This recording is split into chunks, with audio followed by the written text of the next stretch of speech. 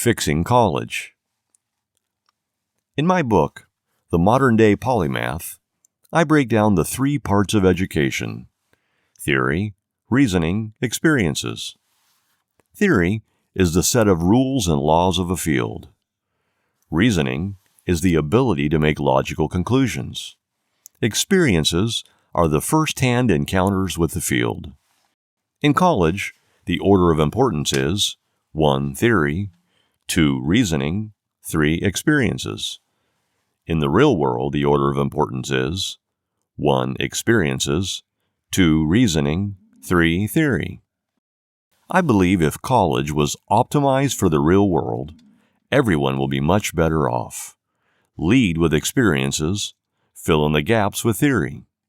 So, here's a sample plan to fix college. I am going to zone in on the College of Engineering, but you can apply the points to most departments. Cut out the BS classes. A College of Engineering student should not be forced to take classes like Racism in America and Music Theory. Only take classes that move the needle forward for their position in the job market. After cutting out all the unnecessary classes in a span of 4 years, roughly $3,000 to $5,000 have been saved. Next, get rid of textbooks. Let's be real. No one reads those dry textbooks, and they are very expensive. Replace key concepts from textbooks with PowerPoints. Another $3,000 to $5,000 in a span of 4 years have been saved. Next, get rid of the professors. What? Now you're getting too radical, Armani.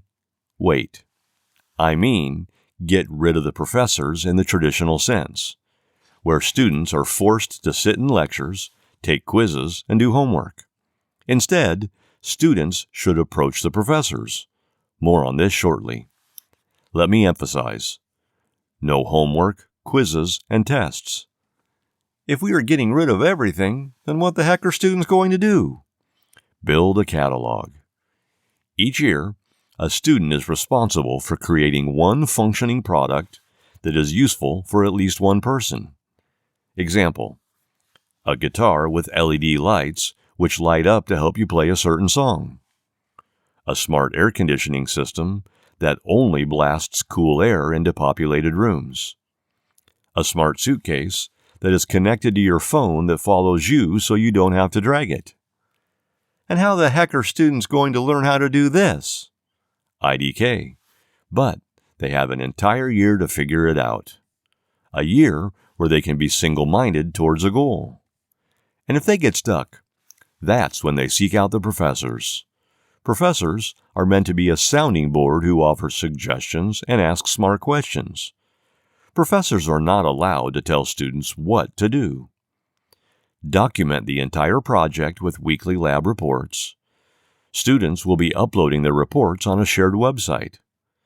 The website has a forum commenting feature, so students can ask questions if they're stuck.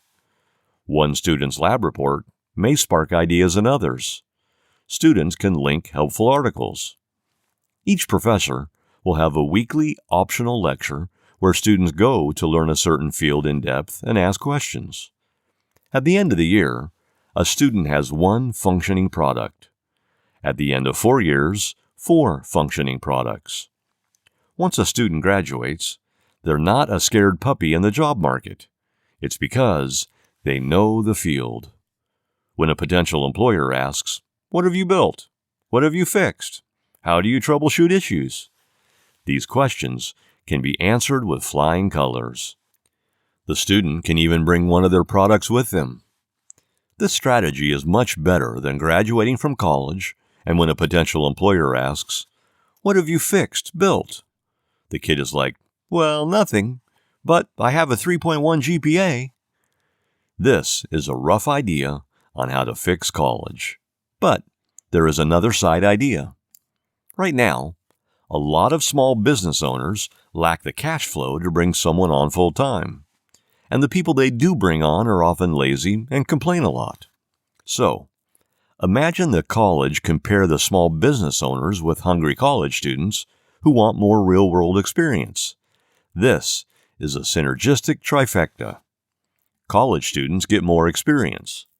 Small business owners save money and get help.